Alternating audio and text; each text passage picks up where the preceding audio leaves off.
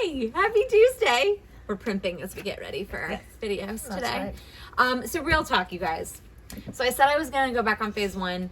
And you know what happens? Like, I want to say probably 3 or 4 times of the year, I say I'm going to go on phase 1 and I'm successful. And then there are the other like 12 times that I say I'm going on phase 1 and I get a couple of days into it and I start having bites and snacks and looks and tastes That and happens. foods. That happens sometimes. And the thing is this program is not, yes, calories in, calories out matter, right? We always get the people, and I've been guilty of this myself, where I do like a perfect phase 1 week and then I have like a cupcake or something, and calorically wise, I'm still deficient. I should still be down. But that's not why this program is magic. This program is magic because of the things you're not eating, not necessarily the overall calories in, calories out, and what we're doing on the inside with insulin and glucagon. So if you're not doing this program 100% of the time, even 99.9% of the time, it is not going to work. You're going to have weeks where you might think you're doing okay. You know, everybody has maybe a glass of wine or a vodka tonic and they're like, oh, I still lost weight, I can do this again. But eventually it catches up to you. Yes. And let me tell you, on Friday when I went to my PCP and I had to get on the scale, it wasn't pretty and I didn't like it. Granted, they never let you take your shoes off, and you show up with like your purse that weighs 1,000,000 pounds, and like that's fine. Yes. Oh, just get on it with your purse. No, I'm not getting on it And with the my worst purse. part is like for our health insurance, we have to do like a wellness program. So we have to have a form filled out and I have to submit it to my husband's employer. Hey, by the way, I'm this tall and I weigh this much. Whatever. It's never well timed. Anyway, so yeah, now I'm actually committing to phase 1 today. I have been perfect today. That was the wake-up call that I needed 100% of the time. I'm in it. I know my starting weight. I will tell you about it. Well, I guess I won't tell you about it next week because it'll be the 4th of July. Yeah. So I'll tell you about it in 2 weeks. Mm-hmm.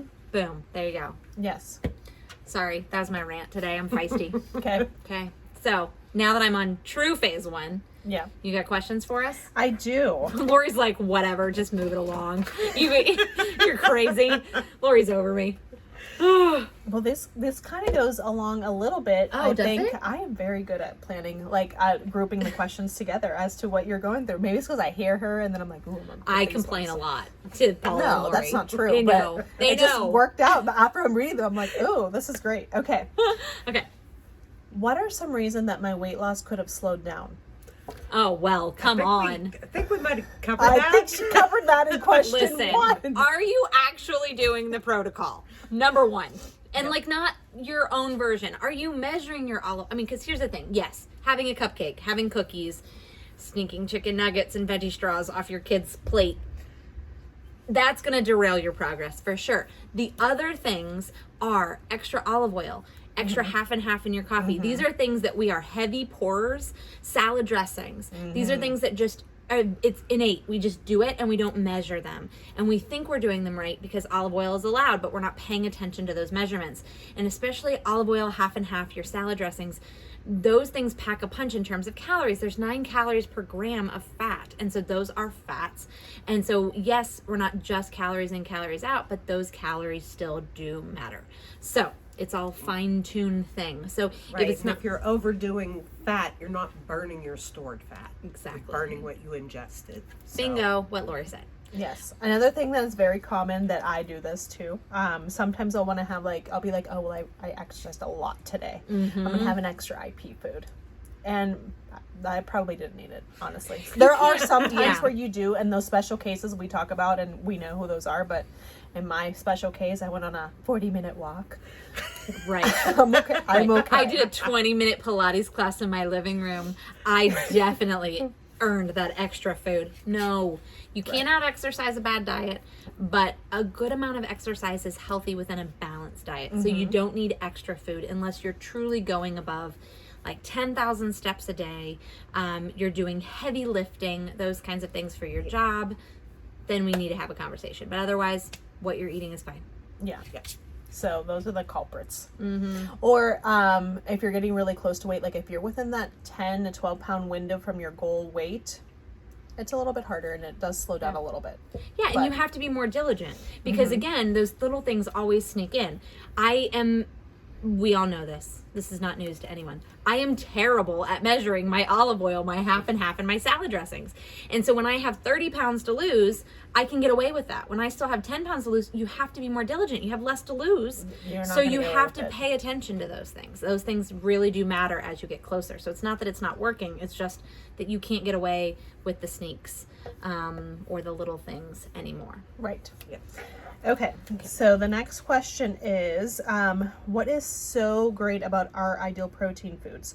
Aren't there any shakes or bars that I can get at the store? So when you're on maintenance, I really think that, first of all, not all carbs are created equal, not all protein is created equal, and the labels of the foods that you're eating don't always tell the whole story. Bottom line. We know what's in the foods because we know how they're made. So that is a control. When you're doing anything, having all of the information in front of you, we know what the outcomes are going to be with our foods. So I don't want to do it like a bait and switch, right? Be like, oh, you can lose X amount of weight per week and then have you eat other things from other stores and not have the same results because I don't know how they're made. I don't know what it's going to be. So that's number one. It's a very big control aspect of it. We know that there are certain foods that have more carbs to them and not more carbs, and what those carbs are, and more fiber affects the carbohydrates, all those things. And I can show you 2 of our boxes. This was a trick I used to do. We are out of the peach mango, so I can't do it on camera, but a box of the peach mango and a box of the raspberry raspberry jello. The nutritions look almost exactly the same. The raspberry jello is just collagen protein. There's nothing absorbable to that, to your muscle mass, whereas the peach mango is very high on the chemical index. It is astronomically great in terms of amino acids and absorbable protein. So, but when you're looking at the label, it's not really. Looks the same. Yeah, it looks the same. Exactly the same. Yeah. So that's the biggest difference. Right. And these foods are specifically made for this diet. So they're balanced that way too. Exactly. So when you're on maintenance, picking up things emergency at the grocery store, at the gas station, depending on if you're on the road, we absolutely want to guide you to that. There's not going to be an Ideal Protein. It's not like Starbucks. So you're not going to be able to find those products everywhere. So we want you to know how to exist without us, within reason, in terms of you're eating a balanced diet. So all these other things that you put in are just added benefits, added supplements, added things. You're not relying on these nutrients to keep you healthy on the inside. So there's a little bit more leeway when you're on maintenance, absolutely. But when you're strict phase 1 and you're trying to lose weight, it's a control that we can't guarantee you're going to have the same results. Or you may be able to lose weight, but what are you doing to your insides as well? You've got to keep that in mind as well. We have vitamins and minerals in a lot of our foods that other people don't take into consideration because they don't have to. It's not part of a protocol. They're just supplementing. There you go. That was very long-winded. Did I do okay? I think you did a great answer. I don't have to add anything. That was great. Listen, you covered it all. You guys Boom, watch boom, these boom. videos and I just word vomit. Okay. Can I do phase 1 Monday through Friday and then be mindful and just maybe have one drink, non-sugary, on Saturday, Sunday? No, well, it depends on what your goal is. If your goal is to destroy your metabolism and not lose weight, then yes, you can. Phase 1 is calorically deficient and nutritionally deficient. We're getting away with being both of those things because we're adding in supplementation, and consistency is key, right? We're tricking our body into thinking that it's getting a balanced diet by having added multivitamins, omegas, potassium, all those things. And so that your body thinks that it's getting a balanced diet and it's all healthy because it's getting all the nutrients that it needs.